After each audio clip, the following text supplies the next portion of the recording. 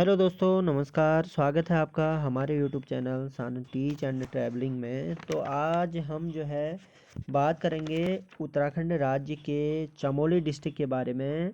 हमारा जो है परीक्षा वाणी का अध्याय 9 प्रमुख नगर एवं पर्यटन एवं धार्मिक स्थल नामक चैप्टर चल रहा है दोस्तों। इसमें मैंने हरिद्वार, देहरादून और उत्तरकाशी तीन डिस्ट्रिक्टों को जो है विस्तार से और परीक्षा की दृष्टि से जो भी महत्वपूर्ण की पॉइंट बनते हैं उनको मैंने पिछले वीडियो में बता दिए हैं। आज हम बात करेंगे चमोली गोपेश्वर के बारे में दोस्तों। तो चमोली अगर गठन की बात करें दोस्तों तो 24 फरवरी 1960 को पौड़ी गढ़वाल जिले से काटकर चमोली को नया जनपद बनाया गया था। कब बनाया गया था? 24 फरवरी 1960 को। गठन याद रखना है दोस्तों, स्थापना हुई थी चमोली डिस्ट्रिक्ट की 24 फरवरी 1960 को। बाकी 20 जुलाई 1970 को अलकनंदा में आए बाढ़ से जो है चमोली के अधिकांश राजकीय भवन नष्ट हो गए थे। महत्वपूर्ण है तो चमोली में बाढ़ कब आई थी दोस्तों? 20 जुलाई 1970 को। 20 जुलाई 1970 को अलकनंदा में बाढ़ आई थी दोस्तों, जिससे चमोली के अधिकांश राजकीय भवन क्या हो गए थे? नष्ट हो गए थे। अतः चमोली से 11 किलोमीटर दूर स्थित गोपेश्वर में जिला मुख्यालय बना दिया गया दोस्तों। बाकी विदिशा के नागवंशी राजा गणपतिनाथ 34 सदी ने जो है यहाँ मध्य हिमाद्री शैली का एक विशाल मंदिर रुद्र महालय मंदिर बनवाया था। महत्वपूर्ण है, रुद्र महालय मंदिर पूछ लेता है। रुद्र महालय मंदिर कहाँ है दोस्तों? चमोली गोपेश्वर में है। और जो है इसे किसने बनाया था? विदिशा के नागवंशी राजा गणपति नाथ ने बनाया था। 4वीं सदी में बनाया था दोस्तों, जिसे अब गोपेश्वर के नाम से जाना जाता है। यह प्राचीन मंदिरों में राज्य का सबसे बड़ा मंदिर है। और इस मंदिर की दीवारों पर 4 नागवंशी राजाओं स्कंदनाग, विभुनाग, अंशुनाग व गणपति नाग के मुख उत्कीर्ण है दोस्तों। और इस मंदिर में गुप्तकालीन सूर्य मूर्ति, उत्तर गुप्तकालीन गंगा मूर्ति और पूर्व मध्यकाल के धर्मचक्र परिवर्तन मुद्रा में बुद्ध मूर्ति व 12वीं सदी की वीणाधर नटराज मूर्ति और 12 भुजी चंडिका आदि दर्शनीय मूर्तियां हैं। महत्वपूर्ण है, यहाँ से भी जो है क्वेश्चन बन सकता है दोस्तों कि स्कंदनाग स्कंदनाग राजाओं के मुख किस मंदिर पर उत्कीर्ण है? तो ये कहाँ में है? रुद्र महालय में। विभुनाग और अंशुनाग और गणपति नाग, ये 4 नाग हैं दोस्तों। स्कंदनाग, विभुनाग, अंशुनाग व गणपति नाग। इसके जो है मुख कहाँ पे उत्कीर्ण है? नागवंशी राजाओं के दीवारों पर जो है 4 नागवंशी राजाओं के मुख उत्कीर्ण है दोस्तों। किस मंदिर में? रुद्र महालय मंदिर में। रुद्र महालय मंदिर में, जो कि गोपेश्वर चमोली में है दोस्तों। स्कंदनाग, विभुनाग, अंशुनाग व गणपति नाग, ठीक है। और इस मंदिर में गुप्तकालीन सूर्य मूर्ति भी है। गुप्तकालीन सूर्य मंदिर कहाँ है दोस्तों? ये है चमोली गोपेश्वर में। बाकी उत्तर गुप्तकालीन गंगा मूर्ति, देखो उत्तर गुप्तकालीन गंगा मूर्ति भी कहाँ है दोस्तों? चमोली गोपेश्वर में। महत्वपूर्ण है। और पूर्व मध्यकाल की धर्मचक्र परिवर्तन मुद्रा की बुद्ध मूर्ति और 12वीं सदी की वीणाधर नटराज मूर्ति व 12 भुजी चंडिका आदि दर्शनीय मूर्तियां हैं। महत्वपूर्ण है, ये तो बहुत ही इंपॉर्टेंट है कि 12वीं सदी की वीणाधर नटराज मूर्ति कहाँ है? 12वीं सदी की वीणाधर नटराज मूर्ति है दोस्तों रुद्र महालय मंदिर चमोली गोपेश्वर में, ठीक है नहीं। और 12 भुजी चंडिका चंडिका मूर्ति पूछ सकता है दोस्तों। तो 12 भुजी चंडिका मूर्ति जो है कहाँ है? चमोली गोपेश्वर में है दोस्तों। और बात करते हैं उत्तराखंड के पर्वतीय नगरों में गोपेश्वर ही एकमात्र ऐसा नगर है जहां न अधिक गर्मी पड़ती है और न अधिक सर्दी पड़ती है दोस्तों। इसके समीपवर्ती दर्शनीय स्थलों में रुद्रनाथ, अनुसुईया मंदिर, अत्रि मुनि आश्रम में बाल खिलिया नदी विशाल जलप्रपात के रूप में गिरती है। गोपीनाथ मंदिर या गोपेश्वर शिव मंदिर, वैतरणी कुंड, मूर्ति रहित मंदिरों का समूह एवं बांज वृक्षों के समूह मुख्य आकर्षण केंद्र हैं। तो क्वेश्चन यहाँ से भी आ सकता है कि जो ये रुद्र महालय मंदिर है, इसके समीप जो है जो रुद्रनाथ मंदिर है, अनुसुईया मंदिर है, अत्रि मुनि आश्रम है दोस्तों। बाकी गोपीनाथ मंदिर या गोपेश्वर शिव मंदिर, वैतरणी कुंड है दोस्तों, और बांज वृक्षों के समूह एवं मुख्य आकर्षक केंद्र है। बाकी इस जिले में स्थित मुख्य दर्शनीय स्थल की अगर बात करें दोस्तों, तो पंचबद्री, देखो ये महत्वपूर्ण है। पंचबद्री कहाँ है दोस्तों? चमोली गोपेश्वर में है। पंचबद्री है दोस्तों, चमोली गोपेश्वर में, ध्यान देना है। यानी पांचों बद्री विष्णु भगवान चमोली जिले में ही स्थित हैं, महत्वपूर्ण है। इसमें जो है बात करते हैं पहले बद्री की, बद्रीनाथ। बद्रीनाथ जो है विशाल बद्री भी बोलते हैं इनको, बद्रीनाथ को विशाल बद्री भी बोलते हैं। और ये कहाँ है दोस्तों? पंच बद्री जो है चमोली में है। बद्रीनाथ हरिद्वार से 384 किलोमीटर व जोशीमठ से 51 किलोमीटर उत्तर में स्थित है। महत्वपूर्ण है जो है, बद्रीनाथ जो है हरिद्वार से 384 किलोमीटर और जोशीमठ से 51 किलोमीटर उत्तर में स्थित है। और महाभारत तथा पुराणों में इसे मुक्तिप्रदा, महत्वपूर्ण है नाम दोस्तों, मुक्तिप्रदा किसे बोला जाता था? महाभारत तथा पुराणों में। क्वेश्चन बन सकता है यहाँ से कि महाभारत एवं पुराणों में मुक्तिप्रदा किसे बोला जाता था? बद्रीनाथ को बोला जाता था।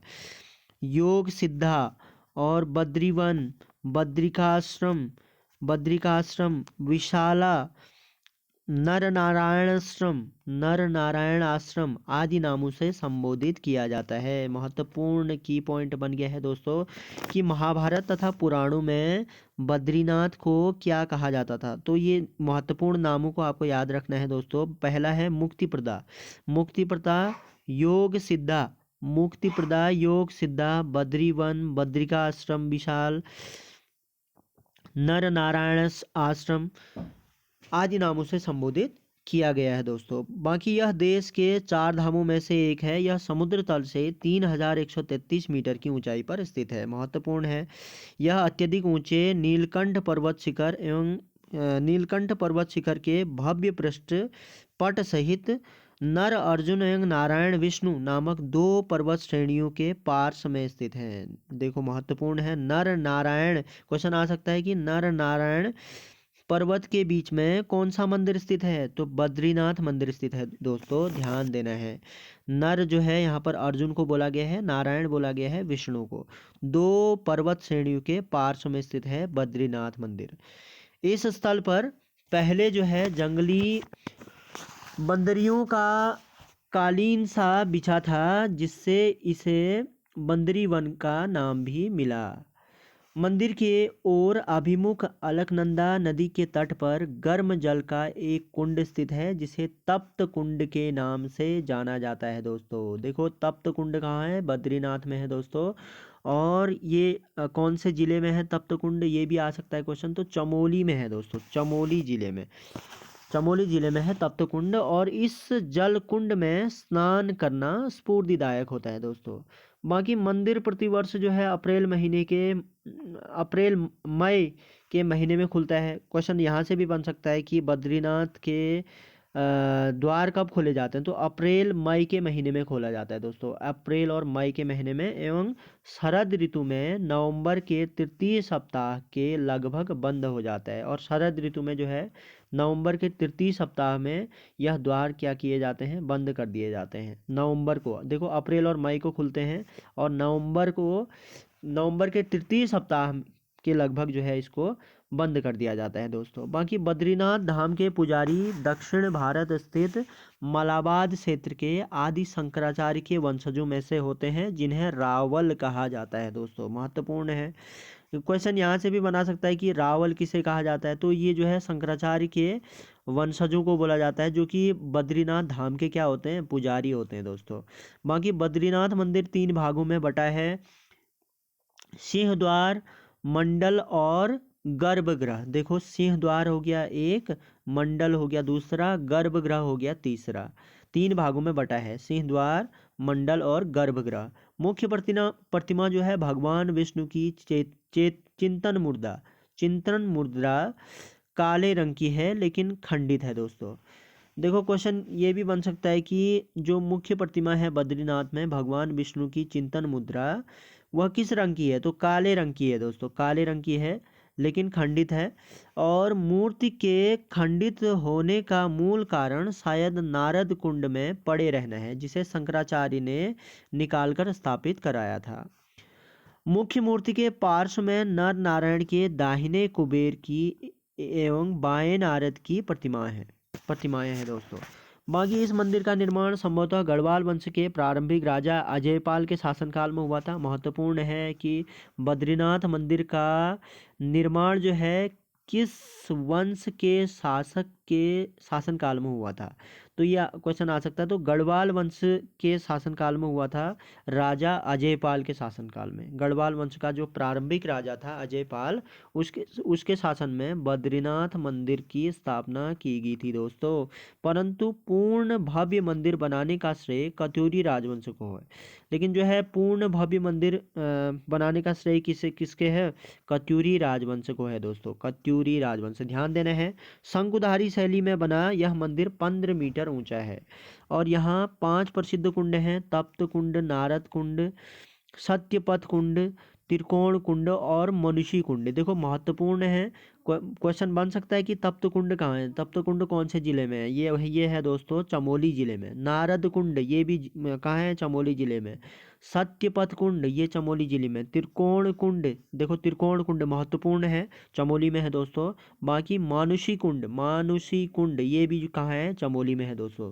तो ये 5 कुंड कहाँ है दोस्तों? चमोली में है। पहला है तप्त कुंड, दूसरा है नारद कुंड, तीसरा है सत्यपथ कुंड और चौथा है त्रिकोण कुंड और पांचवा है मानुषी कुंड। इसमें से कोई भी आ सकता है दोस्तों। तो ये जो है ये 5 प्रसिद्ध कुंड कहाँ है दोस्तों? यह है चमोली में।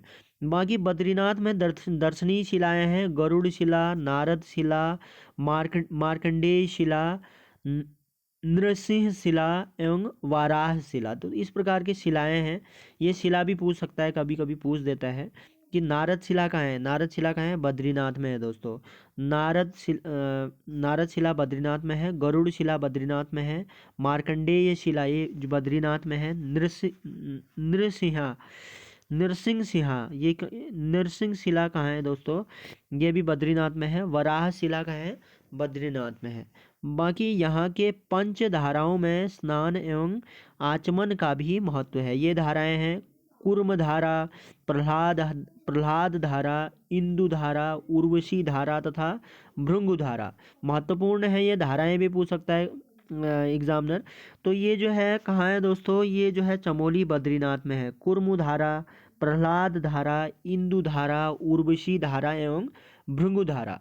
ध्यान देना है दोस्तों, महत्वपूर्ण है। बाकी बद्रीनाथ तीर्थ में स्थित प्रमुख गुफाओं की अगर बात करें तो स्कंद गुफा, गरुड़ गुफा एवं राम गुफा। देखो गुफाओं से भी क्वेश्चन बन सकता है कि बद्रीनाथ तीर्थ के जो प्रमुख गुफाएं हैं, स्कंद गुफा कहाँ है? ये जो है बद्रीनाथ चमोली में है दोस्तों। गरुड़ शिला गुफा ये भी कहाँ है? बद्रीनाथ चमोली में है दोस्तों। राम गुफा की अगर बात करेगा तो चमोली, ये बद्रीनाथ में है दोस्तों। बद्रीनाथ से आगे माणा गांव के निकट मुचकुंड गुफा। देखो मुचकुंड गुफा कहाँ है? चमोली में है। गणेश एवं व्यास गुफा महत्वपूर्ण है, अक्सर पूछे जाते हैं। गणेश एवं व्यास गुफा कहाँ है? तो चमोली में है दोस्तों। गणेश एवं व्यास गुफा चमोली में है। स्कंद गुफा चमोली में है दोस्तों। गरुड़ शिला गुफा चमोली में है। राम गुफा चमोली में है। मुचकुंद गुफा महत्वपूर्ण है। मुचकुंद गुफा का है, ये भी चमोली बद्रीनाथ में है। और गणेश एवं व्यास गुफा तो महत्वपूर्ण है, ये भी कहाँ है? चमोली में है दोस्तों। बाकी बद्रीनाथ से थोड़ी दूरी पर ब्रह्म कपाली है, यहाँ लोग पितरों को पिंड अर्पित करते हैं दोस्तों। बाकी आदि बद्री की अगर बात करें तो पहला हमने बद्रीनाथ के बारे में पढ़ लिया। ये पंच बद्रियों में से हम पंच बद्रियों का अध्ययन करेंगे। तो पहला बद्रीनाथ के बारे में हमने पढ़ लिया है। अब है आदि बद्री। आदि बद्री की अगर बात करें तो आदि बद्री मंदिर कर्णप्रयाग से 21 किलोमीटर की दूरी पर स्थित है और यहाँ पर 16 छोटे मंदिर हैं दोस्तों, जिसमें समतल छत वाले 7 मंदिर अत्यधिक प्राचीन है। इसकी स्थापना गुप्त काल में की गई थी और समस्त मंदिर छोटे चबूतरे पर 2 से 6 मीटर के विभिन्न ऊंचाइयों के साथ साथ स्थापित किए गए हैं। बाकी यहाँ के जो मुख्य मंदिरों में भगवान विष्णु की प्रतिमा 1 मीटर ऊंची है, जिसे काले पत्थर पर निर्मित किया गया है और विष्णु भगवान ही आदि बद्रीनाथ है दोस्तों। आदि बद्रीनाथ जो है विष्णु भगवान को बोला जाता है दोस्तों, महत्वपूर्ण है। बाकी भविष्य बद्री की अगर बात करें, पहला बद्री हमने डिस्कस किया दोस्तों बद्रीनाथ, दूसरा डिस्कस कर रहे हैं हम आदि बद्री और तीसरे जो बद्री हैं वो हैं भविष्य बद्री। भविष्य बद्री जो है यह मंदिर जोशीमठ से 18 किलोमीटर दूर पूर्व में लता की ओर सुबेन नामक स्थान पर स्थित है। यहाँ विष्णु भगवान के आधे आकृति की पूजा की जाती है। भविष्य बद्री में जो है आधे आकृति की पूजा की जाती है। क्वेश्चन बन सकता है कि भगवान विष्णु के आधे आकृति की पूजा किस मंदिर में की जाती है? तो भविष्य बद्री में की जाती है दोस्तों। भगवान विष्णु के आधे आकृति की पूजा की जाती है और कहा जाता है कि घोर कलयुग आने पर बद्री विशाल लुप्त हो जाएंगे, तब यहाँ मूर्ति पूर्ण हो जाएगी और ये ही बद्री विशाल के रूप में पूज्य होंगे दोस्तों। तो ऐसी मान्यता है कि जब घोर कलयुग आएगा तो बद्री विशाल क्या हो जाएंगे, लुप्त हो जाएंगे, और जो यहाँ पर भगवान विष्णु की जो आधी मूर्ति है वो क्या हो जाएगा, पूर्ण हो जाएगा और बद्री विशाल के रूप में पूज्य होंगे दोस्तों। बात करते हैं वृद्ध बद्री की। तो चौथा बद्री है दोस्तों वृद्ध बद्री। यह जो है समुद्र तल से 1380 मीटर की ऊंचाई पर तथा जोशीमठ से 7 किलोमीटर की दूरी पर अनिमठ स्थित है। यहाँ पर आदिगुरु शंकराचार्य द्वारा बद्रीनाथ की प्रतिमा सर्वप्रथम स्थापित की गई थी दोस्तों। अतः यह प्रतिमा वृद्ध या पहली बद्री कहलाती है, वृद्ध बद्री। और पांचवें जो लास्ट बद्री है योग ध्यान बद्री दोस्तों, महत्वपूर्ण है। जोशीमठ से 20 किलोमीटर की दूरी पर स्थित पांडुकेश्वर में योगधान मंदिर बद्री मंदिर का पांडव शिला है। शीतकाल में कपाट बंद होने पर बद्रीनाथ की चतुर्मुखी मूर्ति यहाँ लाई जाती है। क्वेश्चन बन सकता है कि बद्रीनाथ की चतुर्मुखी मूर्ति जो है शीतकाल में जब कपाट बंद हो जाते हैं तो कहाँ लाई जाती है? तो योग ध्यान बद्री में लाई जाती है दोस्तों। योग ध्यान बद्री महत्वपूर्ण है। और पंच केदारों की अगर बात करें तो 5 केदारों में तुंगनाथ, रुद्रनाथ, महेश्वरनाथ, कल्पेश्वरनाथ हैं, केदारनाथ हैं दोस्तों। पंचबद्री तो हमने पढ़ लिए दोस्तों। पंचबद्री में पहला बद्रीनाथ, उसके बाद जो है हमने पढ़ा दोस्तों बद्रीनाथ, फिर आदि बद्री, फिर भविष्य बद्री, फिर वृद्ध बद्री, और पांचवा पढ़ा हमने योग ध्यान बद्री। अब हम जो है पंच केदारों की बात कर रहे हैं। पंच केदारों में जो है तुंगनाथ, रुद्रनाथ, महेश्वरनाथ, कल्पेश्वरनाथ है, केदारनाथ है। वर्तमान में चमोली जनपद में रुद्रनाथ एवं कल्पेश्वर महादेव मंदिर स्थित है, महत्वपूर्ण है। देखो रुद्रनाथ में कल्पेश्वर महादेव मंदिर कहाँ स्थित है? तो चमोली जनपद में है दोस्तों। शेष जो है 3 रुद्रप्रयाग जिले में है, महत्वपूर्ण है।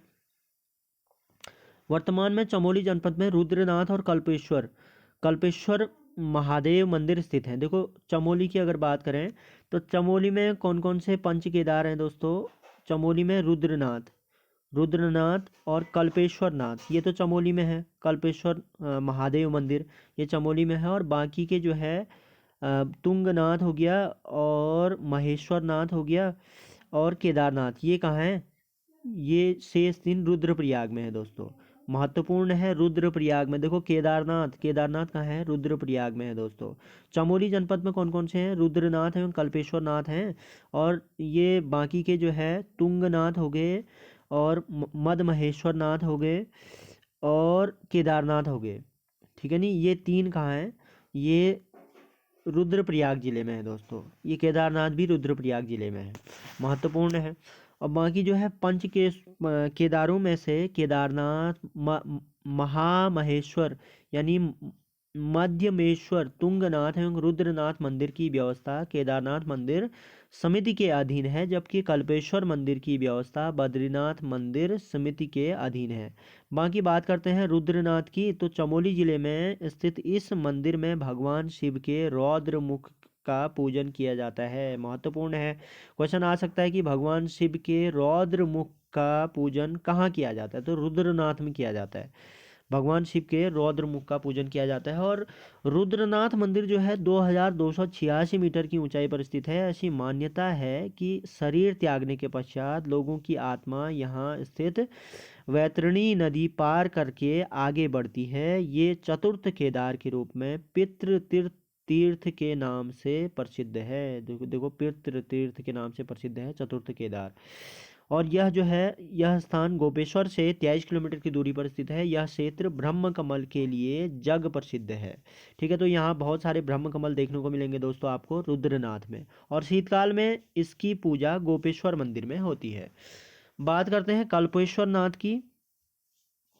कल्पेश्वर नाथ, पंच केदारों में जो है हम जो है पढ़ रहे हैं कल्पेश्वर नाथ। पहला हमने रुद्रनाथ पढ़ा, उसके बाद कल्पेश्वर नाथ। तो पंचम केदार कल्पेश्वर में भगवान विष्णु की जटा या ना जटा मौलेश्वर की पूजा की जाती है। क्वेश्चन बन सकता है कि भगवान शिव की जटा की पूजा कहाँ की जाती है, तो कल्पेश्वर नाथ में की जाती है दोस्तों, कल्पेश्वर नाथ ध्यान देना है।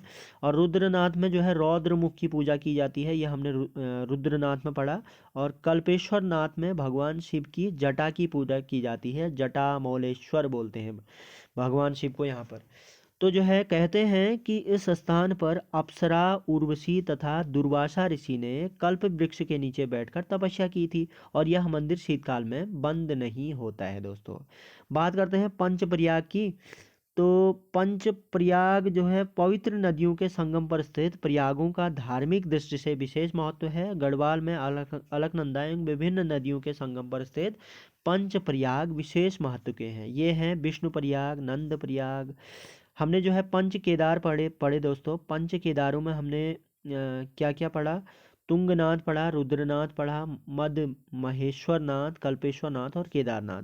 इसमें से हमने रुद्रनाथ और कल्पेश्वर नाथ ये दो तो पढ़ ही लिए हैं, ठीक है। और इसके बाद पंचप्रयाग दिए हैं दोस्तों इस परीक्षा वाणी में। तो पंचप्रयाग की अगर बात करें तो पवित्र नदियों के संगम पर स्थित प्रयागों का धार्मिक दृष्टि से विशेष महत्व है।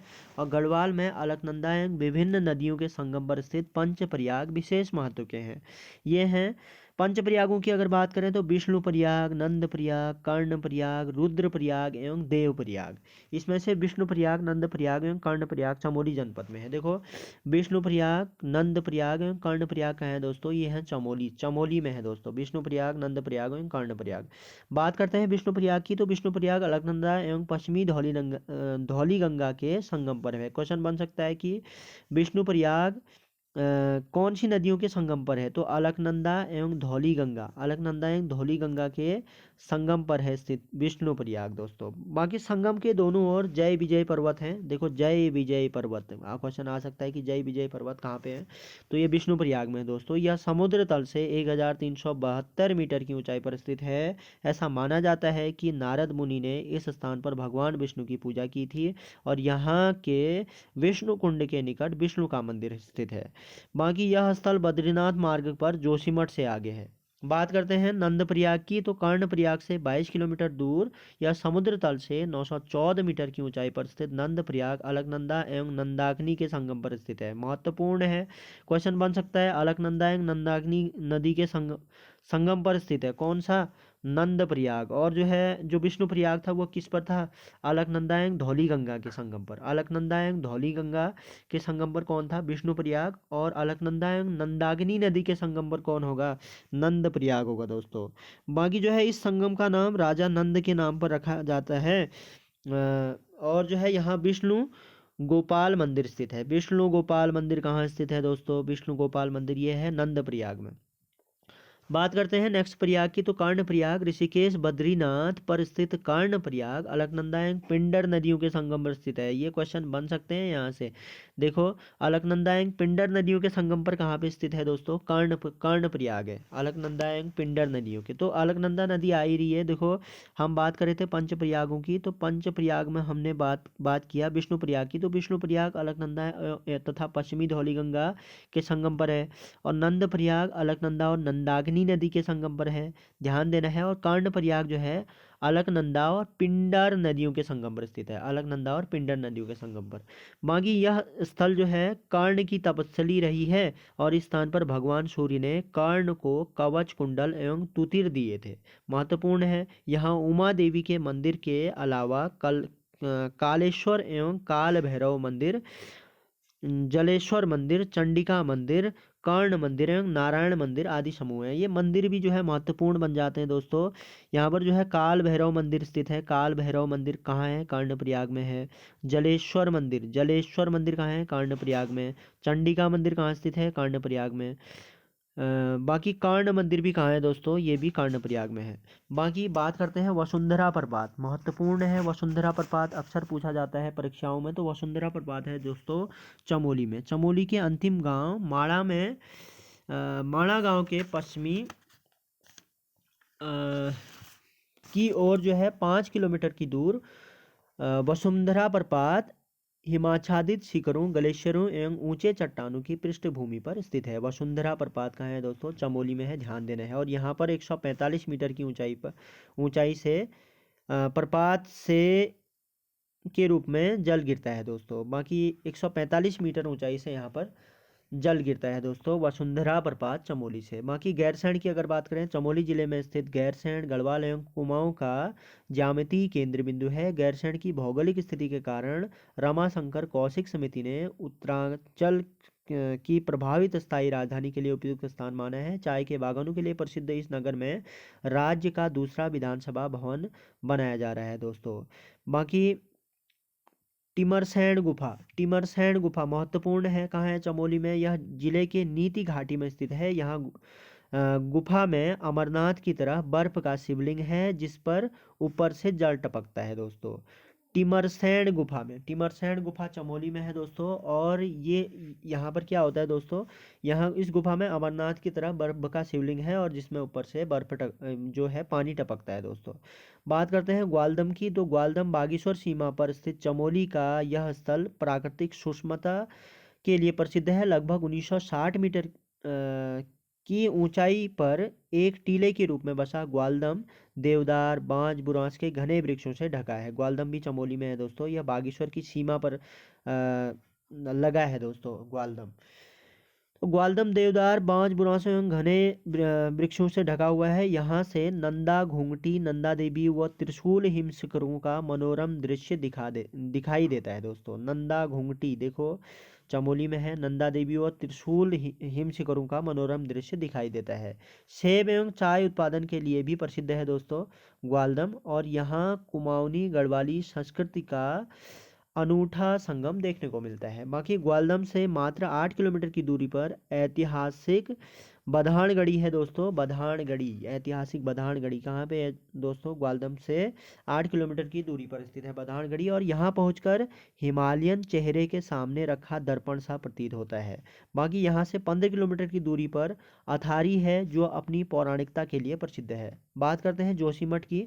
जोशीमठ नाम संस्कृत शब्द ज्योतिर्मठ का विस्तृत रूप है जिसका अर्थ है शिव के ज्योतिर्लिंग का स्थल।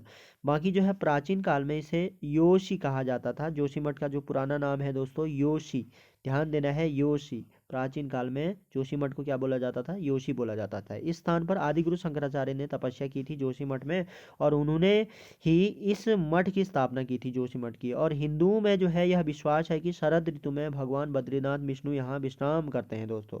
यहाँ शंकराचार्य जी द्वारा स्थापित भगवान विष्णु के नरसिंह अवतार स्वरूप का एक मंदिर है। महत्वपूर्ण है, शंकराचार्य के द्वारा जो है भगवान विष्णु के नरसिंह अवतार स्वरूप का एक मंदिर है। कहाँ? जोशीमठ में दोस्तों। इस मंदिर में नरसिंह भगवान की प्रतिमा की एक भुजा स्थापित है और मंदिर के सामने एक भवन है जिसमें पत्थर का एक कुंड, पीतल के 2 फुहारे जिन्हें दंड धारा एवं नरसिंह धारा भी कहा जाता है। इन दोनों फुहारों के मध्य राम एवं सीता की पीतल की प्रतिमाएं स्थापित है। यहाँ पर हनुमान, गणेश, सूर्य, गौरी शंकर एवं नवदेवी के अनेक मंदिर स्थित हैं दोस्तों। बाकी जोशीमठ में ही शंकराचार्य ने पूर्णागिरि देवी पीठ की स्थापना की थी। महत्वपूर्ण है, शंकराचार्य जी ने पूर्णागिरि देवी पीठ की स्थापना कहाँ की थी? क्वेश्चन बन सकता है। तो जोशीमठ में की थी दोस्तों, जोशीमठ में, ध्यान देना है। बाकी जो है तपोवन, यह स्थल तपोवन की अगर बात करें दोस्तों तो यह स्थल जोशीमठ से 15 किलोमीटर की दूरी पर स्थित है जो कि अपने उष्ण जल स्रोतों के लिए प्रसिद्ध है। यहाँ के गर्म जलों में रोगों को नाश करने की शक्ति है दोस्तों।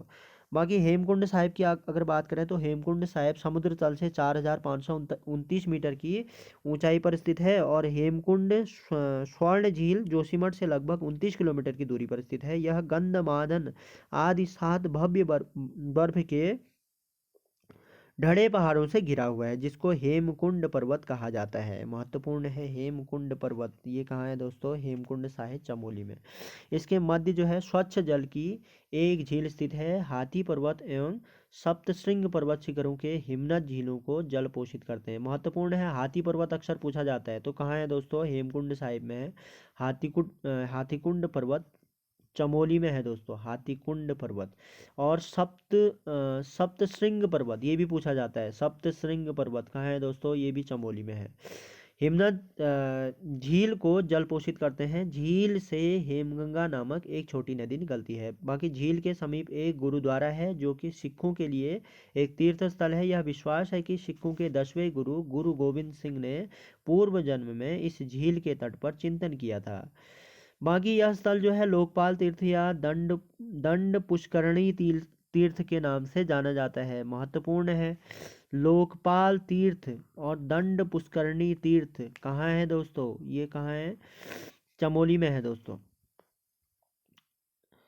हेमकुंड साहिब ना, हेमकुंड साहिब लोकपाल तीर्थ है। दंड पुष्करणी तीर्थ के नाम से भी जाना जाता है हेमकुंड साहिब को। बाकी रूपकुंड की अगर बात करें तो यह स्थल जो है चमोली जनपद के विकासखंड देवाल से 25 किलोमीटर तथा समुद्र तल से 4728 मीटर की ऊंचाई पर त्रिशूली पर्वत की तलहटी में स्थित है। और यह झील लगभग 500 फीट व्यास के कटोरे के आकार की है। और इस मनोहरी झील से रूपगंगा जलधारा निकलती है और जून जुलाई के अलावा अधिकांश समय यह जाम रहती है दोस्तों। बाकी बात करते हैं चांदपुर गढ़ी की। तो चांदपुर गढ़ी आदि बद्री कर्णप्रयाग मार्ग से 2 किलोमीटर दूर लघु गोलाकार पहाड़ी पर चांदपुर गढ़ी स्थित है। गढ़वाल से 52 गढ़ों में से अभी तक केवल यही एक गढ़ बचा है दोस्तों, चांदपुर गढ़ी। इसे 9वीं सदी का माना जाता है। बाकी बात करते हैं फूलों की घाटी महत्वपूर्ण है। चमोली में है फूलों की घाटी। ऋषिकेश बद्रीनाथ मार्ग पर गोविंद घाट से 19 किलोमीटर पैदल घांगरिया है। यहाँ से 5 किलोमीटर की दूरी पर असंख्य फूलों से सजी वैली ऑफ फ्लावर्स फूलों की घाटी के नाम से जानी जाती है। वर्ष 2005 में विश्व धरोहर समिति द्वारा फूलों की घाटी को विश्व धरोहर सूची में शामिल किया गया है दोस्तों। क्वेश्चन यहाँ से बन सकता है कि फूलों की घाटी को विश्व धरोहर समिति द्वारा फूलों की घाटी को विश्व धरोहर सूची में कब रखा गया था? तो ये 2005 में रखा गया था दोस्तों। बाकी चिनाब घाटी की अगर बात करें तो फूलों के घाट जैसे यह दूसरी घाटी जोशीमठ से 28 किलोमीटर की दूरी पर स्थित है और 5 वर्ग किलोमीटर के क्षेत्र में फैला है। इस घाटी में 500 से अधिक प्रजातियों के पुष्प मिलते हैं दोस्तों। चिनाब घाटी, ये इसको भी ध्यान देना है। ये भी कहाँ है? फूलों की घाटी और चिनाब घाटी, ये भी चमोली में है दोस्तों। ये पुष्प जून से अक्टूबर तक खिलते हैं। महत्वपूर्ण है, जून से अक्टूबर तक खिलते हैं यहाँ के फूल। और औली की अगर बात करें तो औली जोशीमठ से सड़क मार्ग से 15 किलोमीटर की दूरी पर स्थित रोपवे से 4.15 किलोमीटर की दूरी पर स्थित है। औली गर्मियों से, औली कहाँ है दोस्तों? जोशीमठ चमोली में है दोस्तों। औली जोशीमठ सड़क मार्ग से 15 किलोमीटर की दूरी पर स्थित है औली रोपवे। और शीतकाल एवं हिम क्रीड़ा तथा पर्यटन स्थल के रूप में विश्व पर्यटन मानचित्र में अंकित है दोस्तों।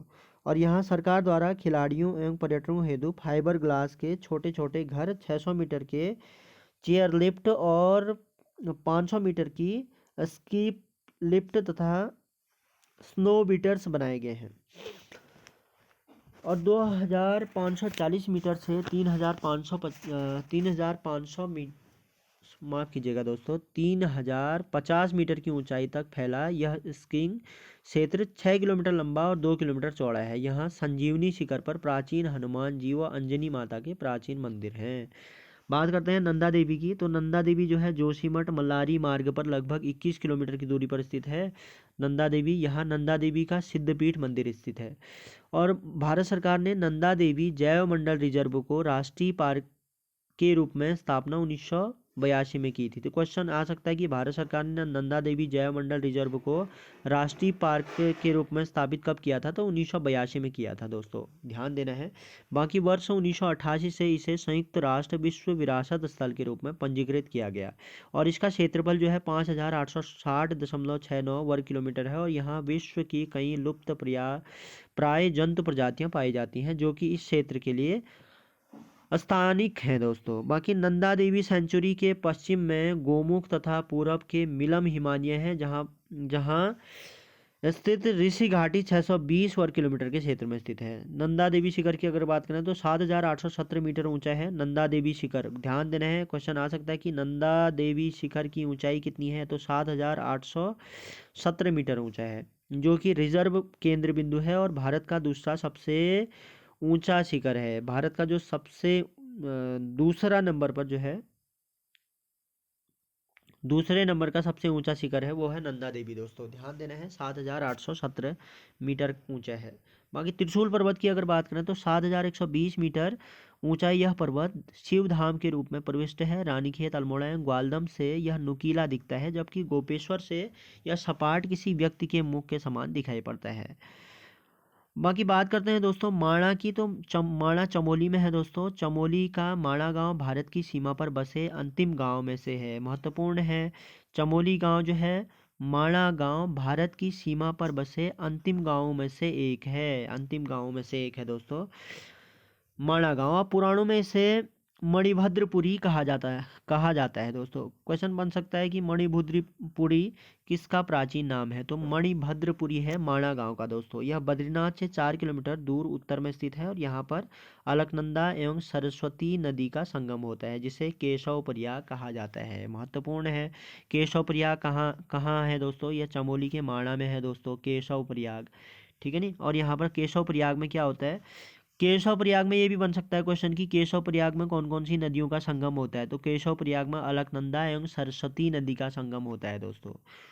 बाकी यहाँ के दर्शनीय स्थलों में मुचकुंद गुफा, गणेश गुफा, व्यास गुफा व भीम पुल मुख्य हैं, महत्वपूर्ण है। क्वेश्चन हमेशा पूछा जाता है कि मुचकुंद गुफा, गणेश गुफा, व्यास गुफा व भीम पुल कहाँ है, तो ये कहाँ है दोस्तों, चमोली माणा में है दोस्तों। कहा जाता है कि महर्षि व्यास जी ने व्यास गुफा में बैठकर भगवत भागवत कथा को मौखिक तौर पर कहा था और उसे लिखने का काम गणेश जी ने गणेश गुफा में किया था दोस्तों, महत्वपूर्ण है। और बद्रीनाथ जी की माता की मूर्ति भी यहाँ है और यहाँ ही साथ ही यहाँ घंटाकर्ण का मंदिर है। क्वेश्चन बन सकता है बद्रीनाथ जी की माता की मूर्ति का मंदिर कहाँ है दोस्तों, तो ये कहाँ है दोस्तों, माणा में है। और घंटाकर्ण का मंदिर चमोली माणा में है दोस्तों, घंटाकर्ण मंदिर महत्वपूर्ण है। घंटाकर्ण मंदिर कहाँ है, चमोली माणा में है दोस्तों। बाकी वमन द्वादशी को यहाँ मेला लगता है और इस सीमांत गांव से कुछ दूरी पर वसुंधरा प्रपात जैसा प्रसिद्ध पर्यटन स्थल भी है दोस्तों। और यहाँ सरस्वती नदी पर बना पाषाण शिला पुल यानी भीम पुल विश्व में अद्वितीय है। क्वेश्चन पूछा जाता है हमेशा कि भीम पुल कहाँ है, भीम पुल कहाँ है दोस्तों, चमोली माणा में है दोस्तों, ध्यान देना है, जो कि सरस्वती नदी पर बना है, सरस्वती नदी पर बना है दोस्तों भीम पुल।